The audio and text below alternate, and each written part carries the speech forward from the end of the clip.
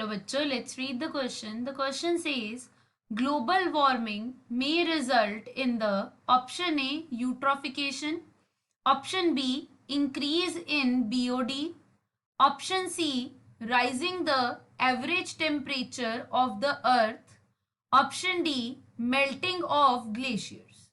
So the key concept that we will be doing in this question is global warming.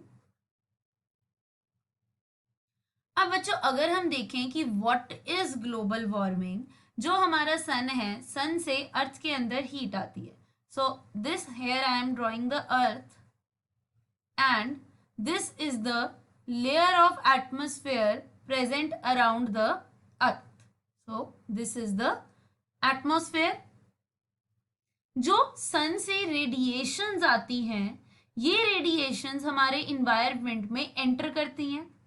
Some of the radiations are trapped inside the atmosphere only.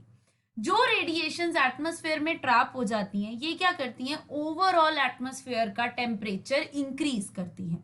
इस phenomena को हम कहते हैं global warming. Radiations जो है atmosphere में trap कैसे हो जाती हैं, हमारे एटमॉस्फेयर में कुछ ऐसी गैसेस प्रेजेंट है which are known to absorb heat. So some gases trap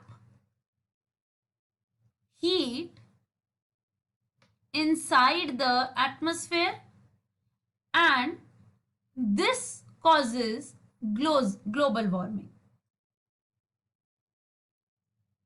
This is the cause of global warming. अब ऐसी कौन सी गैसेस हैं जो हीट को ट्रैप कर रही हैं? Those gases are like carbon dioxide, main constituent जो हीट को ट्रैप करके रखता है, methane gas CH4, then ozone O3, chlorofluorocarbons CFCs, काफी सारे CFCs जो हैं, रेफ्रिजरेटर्स, एयर कंडीशनर, इन सब से एरोसॉल्स जो होते हैं यहाँ से सिक्रीट होते हैं, and also the water vapour. So ये कुछ कंपोनेंट्स हैं जो हीट को एटमॉस्फेयर में ट्रैप करके रखते हैं. And due to the increasing pollution हम कार्बन डाइऑक्साइड, मीथेन, इनकी कंसेंट्रेशन को भी एटमॉस्फेयर में इंक्रीज कर रहे हैं, also the CFCs. Now global warming जब होती है, what are the consequences of global warming?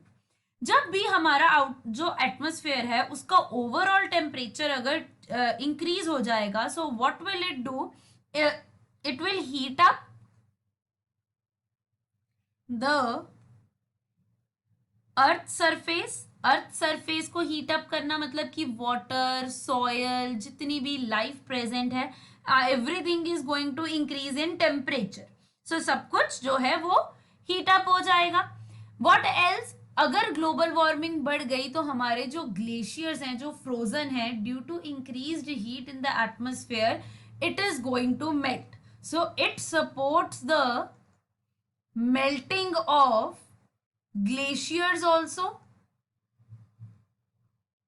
Global warming के कारण काफी सारे जो इन्फेक्शियस डिसीजेस हैं उनका स्प्रेड भी इंक्रीज हो जाता है.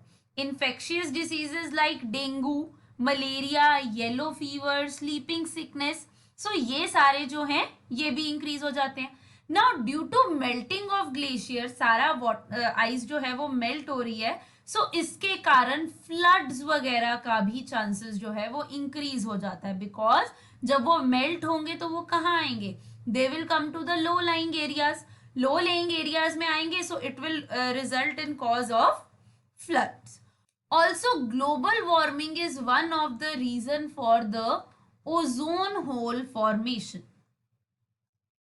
So, if I look at the options given to me, the first one is eutrophication. Eutrophication is a cause of water pollution, whereas global warming is the cause of air pollution. So, that is incorrect. Then is increase in BOD. BOD is also biological oxidation demand, which is also a cause of water pollution, not air pollution.